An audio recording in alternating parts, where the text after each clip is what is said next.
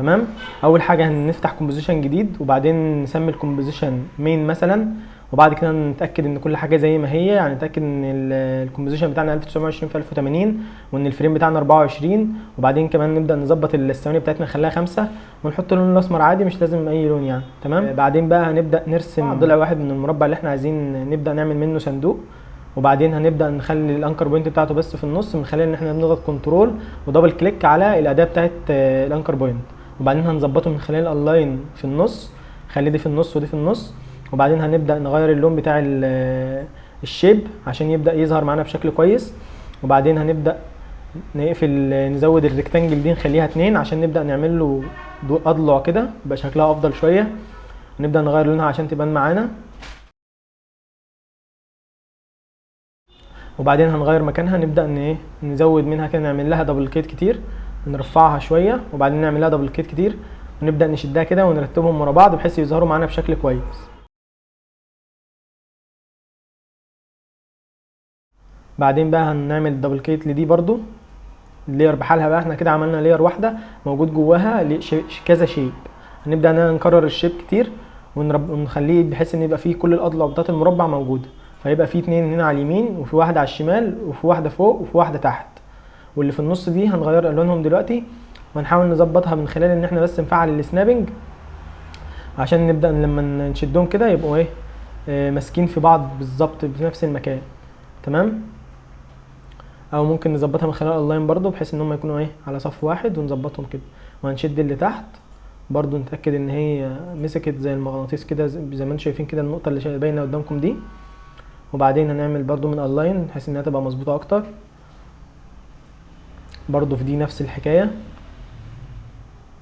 تمام. حلو قوي. نعمل لها اللاين ماشي، وبعدين بقى هنبدا نفعل في كل دول، نظبط بس اهم حاجه الكي فريم بتاعتنا ونغير لونهم الاول، نغير لونهم الاول بحيث يبقوا شكلهم مختلفين معانا، وبعدين هنبدا نغير لونهم كلهم، نغير اللون ده ونغير اللون ده ونغير الاربع اضلاع ونسيب اللي في النص لوحده.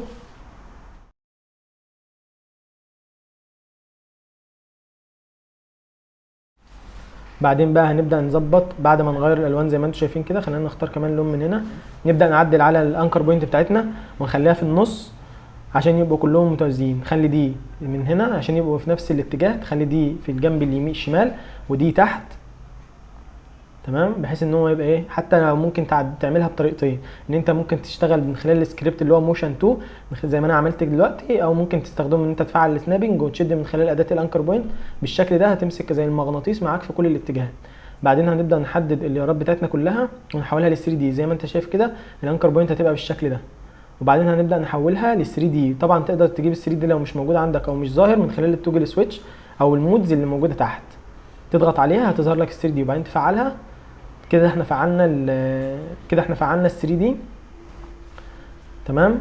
نبدا بقى نشوف هنعدل على الاضلع دي ازاي عشان تبقى مربع. هنعمل اول واحده دي سالب 90 اللي هي على اليمين، واللي على الشمال هنعملها 90 موجب، واللي فوق نبدا نشتغل اللي تحت هنعملها سالب 90. تمام. او 90 نعملها 90، واللي فوق هنعملها سالب 90. كده هما عملوا مربع معانا. خلينا نشوف برضو المربع ده دلوقتي الناحيه الثانيه تبقى سالب 90. تمام. خلينا دلوقتي بقى نشوف من خلال الكاستم فيو زي ما انتم شايفين عمل معانا مكعب ثلاثي الابعاد زي ما انت شايف. ممكن تجيب الاداه دي اللي هي فوق وتبدا تتحرك من خلالها عشان تشوف انت عملت ايه. بعد كده نبدا نحدد كل الليارات دي ونربطهم باللير اللي تحت اللي هي اصلا المركز بتاع المربع كله. لو عايزين نحرك بقى في اي حاجه نبدا نعدل في اللير الاخيره دي، كل حاجه تتحرك معانا لان احنا اوريدي اصلا رابطينهم كلهم ببعض.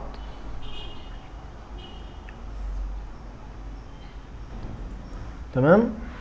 نبدا نحددهم كلهم ونطلع دول فوق عشان نعمل دبل كيت عشان نعمل بقى الغطا بتاع الصندوق بتاعنا. تمام. نبدا نكبره شويه وبعدين نزوده كده تخليه فوق شويه بحيث ان احنا نعدل عليه. عايزين نخليه شكل غطا، هو دلوقتي في نفس حجم الصندوق وكبرنا السكيل بتاعه شويه. تمام. فعايزين نعدل عليه اكتر ونظبطه اكتر.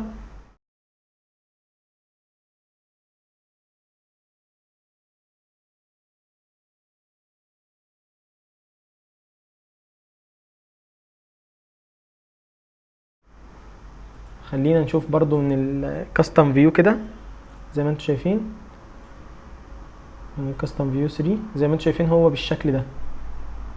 تمام، نبدأ نلف الصندوق ده لتحت بحيث ان هو يبقى وشه لتحت. ماشي،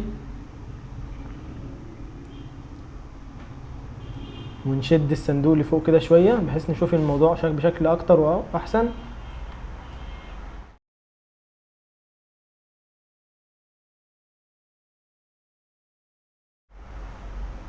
بعدين ممكن نجيب الاداة دي نلف بقى كده نشوف الشكل معانا عامل ازاي دلوقتي. تمام،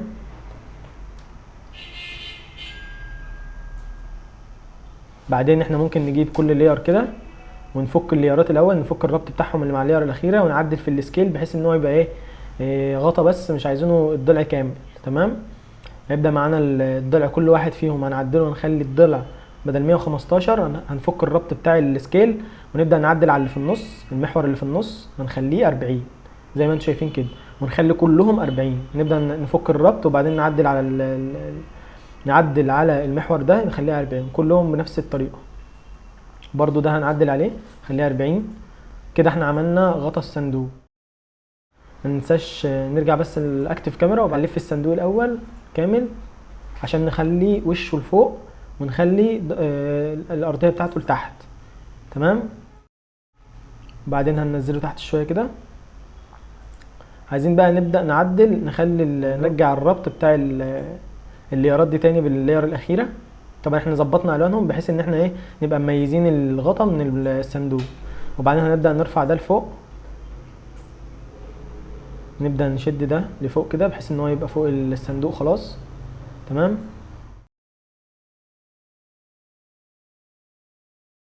دلوقتي بقى هنبدا نعمل حركه في اللير بتاعتنا. هنبدا نحط كي فريم في البوزيشن بتاعه اللير بتاعه الصندوق اللي هي طبعا رابطين بيها كل الليرات التانية. وبعدين هنبدا نحط الكي فريم الاخيره.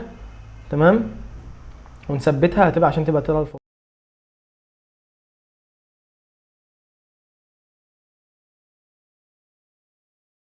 ونعمل كي فريم برده في الصندوق نفس الحاجه في البوزيشن، وهنبدا برده نعدلها بحيث انها تبقى طالعه لفوق. تمام، بعدين هنبقى زي ما انت شايف كده يبقى شكلها جامد.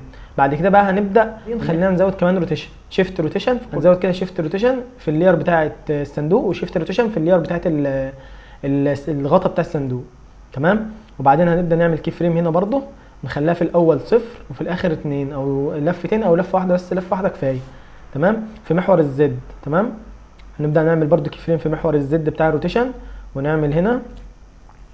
ماشي، نعمل الزد روتيشن في الاخر نخليها برده لفتين او لفه واحده. زي ما انت شايف يا صديقي النتيجه في الاخر طلعت جامده جدا.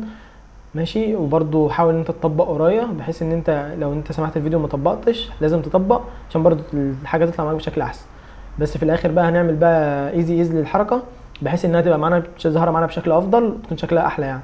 نبدا برده نعدل عليها كذا مره كده، نشد الجراف اديتور بتاعتنا بحيث ان شايفين زي ما انتم شايفين كده، نعدل على الجراف اديتور بتاعتنا عشان تبقى زي ما انتم شايفين كده شكلها افضل وشكلها احسن. شكلها افضل كتير بعد ما نعدل على الجراف اديتور، ان هي بادئه سريعه وبعد كده تبقى بطيئه في النص. اول ما توصل تبقى بطيئه بعدين في الاخر تبقى بطيئه. شكلها جامد جدا والحركه بتاعته تمت زي ما انتم شايفين. اتمنى الفيديو يكون عجبكم واتمنى تكونوا استفدتوا، ويا ريت تشيروا الفيديو وتعملوا لايك وشير وسبسكرايب وتفعلوا زر الجرس عشان تشوفوا كل جديد.